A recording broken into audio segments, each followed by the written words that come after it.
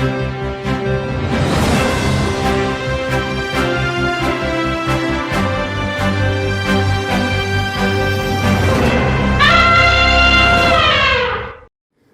Igbo ndị ọma ndewonu oge eruola maka akụkọ ụwa nke si na Enyimba TV abịara gị taa bụ Thursday abalị 2 n'ọnwa ise afọ 2024 ma bụrụkwa ihe eke n'ala Igbo.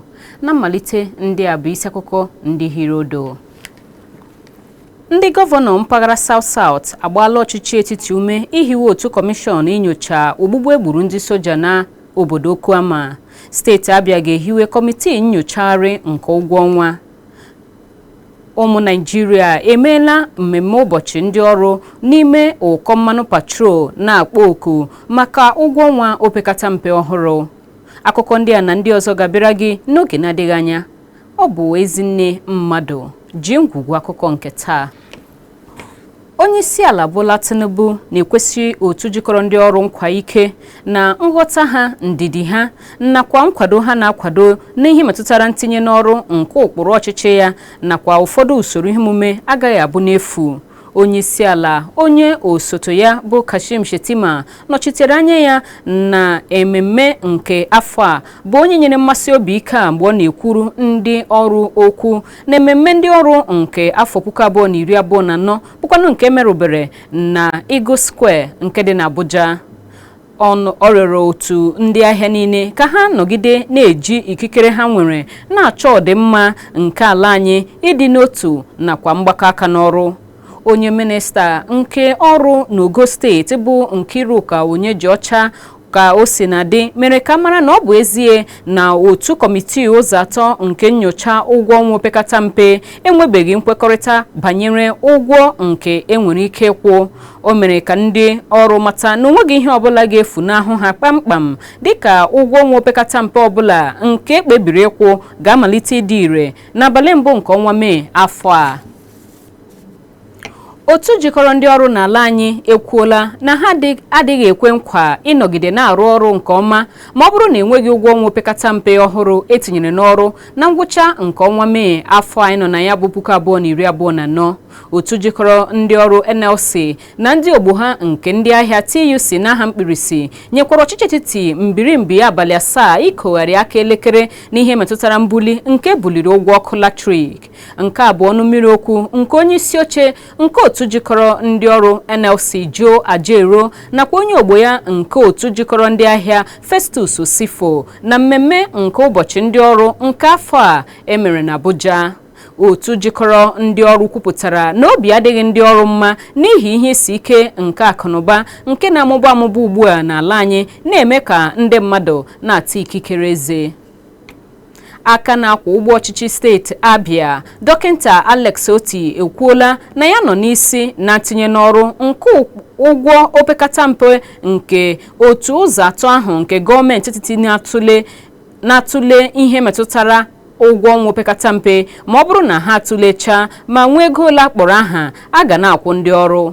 Onye gọvanọ kwupụtara nke a mgbe ọ na-agwa ndị ọrụ steeti Abia okwu na ememme ndị ọrụ nke afọ 2024 bụkwanụ nke emerụbere n'ama egwuregwu Township Stadium nke dị n'Ụmụahịa. O nyere mmasị obi ike na ya ga-amalite ịkwụ ụgwọ nke a site n'ịgbada ya n'ala maka oge ndị gara aga ma kwụọ ha niile nye ndị ọrụ dịka o kwere nkwa ileba anya na arịrịọ ụgwọ ndị eji ndị ọrụ, nchọnchọ ego ezumike ha nakwa ego ndị ọzọ. Onye nta akụkọ anyị bụ Kingsley Chibuike onye nọ n'Ụmụahịa webatara akụkọ na-ekwu na gọvanọ kwere nkwa ilebara ọdịmma ndị ọrụ anya nke ọma ma ndị nke nọ n'ọrụ ugbu a ma ndị nke na-alala ezumike, na-ebute ya ụzọ karịa ndị ndọrọndọrọ ọchịchị ndị ọzọ. Ebe ọ gakwara n'ihu kelee ndị ọrụ ma kpọkuo ha ka ha nọgide na-akwado ọchịchị ya na ebumnobi ya bụ ịrụzi Abia nke ka mma.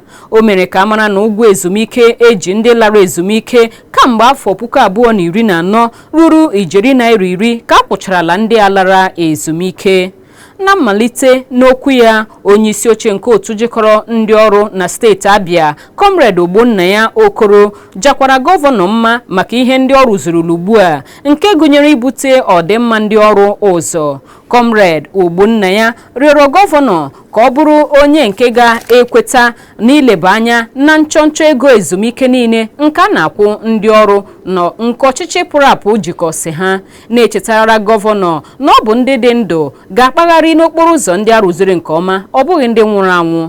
N'akụkụ nke ya, onye isi oche nke otu TUC ngalaba ya nke steeti Abia Comrade Ihechi Ogwe kọwara na kamgbe gọvanọ malitere ọchịchị ya o gosipụtala onwe ya ịbụ enyi ndị ọrụ dịka na-enwebeghị mfanye aka n'ụkwụ n'ụdị ọbụla na steeti Abia. Ihe ndị emere na mmemme ahụ gụnyere njem mgbuchapụ nke otu jikọrọ ndị ọrụ mere n'oge ahụ. Gọvanọ steeti Ebonyi Francis Nwefuru agbanyetukwuole ihe n'ụgwọ ọnwa nke ndị ọrụ dịka ọ tụkwasịrị ha N$10,000 dịka onyinye n'ụgwọ ọnwa ha na steeti ahụ. Onye gọvanọ amapụrụ ọkwa n'oge mmemme ndị ọrụ nke afọ a nke hiri odo n'ama egwuregwu Pa Orunta Ngale nke dị na Abakaliki bụkwa n'isi obodo steeti ahụ. Enyimba TV chetara na gọvanọ Nwefuru nyekwara ndị ọrụ na steeti ya onyinye N$10,000 ka otu ọnwa gachara ọ malitere ọchịchị, na-ekwu na ya ji ọdịmma nke ndị ọrụ kpọrọ ihe ebe ọ dị ukwuu, ebe o kwuru na ọchịchị ya ga-anọgide na-eme ka mmekọrịta ọma nke dị n'etiti ya na ndị ọrụ sikwa ezigbo ike, ebe nrụkọrịta ọrụ ọnụ n'otu ga-enye aka bugo mmepe nakwa nrụpụta ihe na steeti Ebonyi. Onye isi nke otu ụlọ ọrụ mbupụ n'oké osimiri nke akpọrọ AP Mola Maersk Maazị Robert Maersk Ogla ekwuola na-agọrọ ụkwụ ya n'aka ya n'ihe metụtara mbinye aka n'akwụkwọ nkwekọrịta nke mwunye ihe n'ala nke ọnụego ya ruru N$600 a na-akọwa na ọ dịrị n'etiti ya na ọchịchị etiti n'agbanyeghị na ozi nke onye enyemaka onye isi ala bụ Bola Tinubu zipụrụ na-ekwu ihe ọzọ. Maazị Maersk zutere onye isi ala Bola Tinubu na nnọkọ pụrụ iche nke otu mba ụwa maka akụnụba emere na Riyadh, mba Saudi Arabia n'izu gara aga. Ozi esi n'aka onye enyemaka onye isi ala na mgbasa ozi nweta Ajuri Ngalale bụkwanụ nke o zipụrụ na-akọwa na onye isi ala enwetala ohere nke nkwekọrịta mwunye ihe site n'aka ụlọ ọrụ ahụ gbasara ebe niile. Onye ndụmọdụ pụrụ iche nyere onye isi ala Bola Tinubu n'ihe gbasara ozi na atụmatụ ya Maazị Bayo Onanuga ehichapụla edemede ozi bara n'akara S ya gbasara okwu a. Ndị isi nke ụlọ ọrụ Maersk ekwuola na enweghị ihe ọbụla dịka nkwekọrịta enwere nke ụlọ ọrụ ahụ benyere aka na ya nke gbasara nke a. Ebe mgbe a kpọtụrụ ya, Maazị Onanuga kwetara na enweghị nkwekọrịta ọbụla nke mere n'etiti ụlọ ọrụ Maersk nakwa ọchịchị etiti. Onye minista na-ahụ maka ọrụ Dave Umahi na-ebu onye ji ahụ otu pati Labour zọkwa onye isi ala na ntụliaka nke zuru ala anyị ọnụ afọ gara aga Peter Obi ebubo ịkpali ndị mpaghara South East megide ọchịchị etiti n'ihi atụmatụ ọrụ okporo ụgbọ oké osimiri nke a kọwara na ọ ga-esi Lagos gawa Calabar. N'otu ozi edere n'akara S, Obi gara n'okpuru ozi ahụ kwuo na atụmatụ ọrụ ahụ adabaghị adaba ugbu a ma gbaa ọchịchị etiti ume ka ọ bụrụ onye nke ga-echigharị azụ ma chịsa ọwa n'ihe metụtara atụmatụ ahụ. Na nzaghachi nye nkatọ nke atụmatụ ọrụ a nke onye gọvanọ steeti Anambra n'oge gara aga mere, Umahi kwuru na Obi kwadoro nkwụtụsi nke ụlọ maka ọrụ n'okporo ụzọ n'oge ọ chịrị ọchịchị dịka gọvanọ steeti Anambra.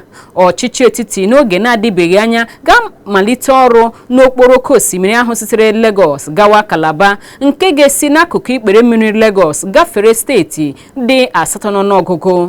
Kamgbe a mapụrụ ọkwa atụmatụ ọrụ a, ọtụtụ okwu agaala gburugburu ya bụ nchepụta nakwa echiche obi ndị mmadụ na-akọwa na egwu dị ugbu a n'ihe metụtara mmebisi nke azụmahịa ndị mmadụ nke a ga-akpata. ụlọ nzukọ nnọchiteanya site n'aka otu kọmitii ya nke na-ahụ maka ihe metụtara mmanụ patrol ndị ọnọ n'etiti nakwa ndị nke nọ na mgbada agbaala ndị ọrụ nchekwa niile ume ka ha chụwa ndị niile bụ ndị ahịa mmanụ patrol ndị aka ha dị na mbuli ọnụ ego nke mmanụ patrol a na-enweghị ihe ọbụla nke kpatara ya.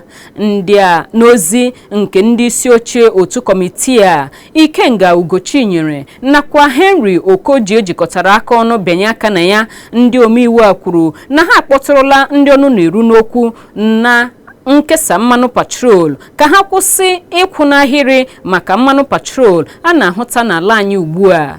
Otu kọmitii ahụ kọwara na edoziela ihe isi ike ahụ enwetụrụ n'otu esi ebugharị mmanụ patrol ebe ụkọ mmanụ patrol ahụ tụrụ ugbu a ga-abụ ihe mgbe ochie n'ime abalị ole na ole.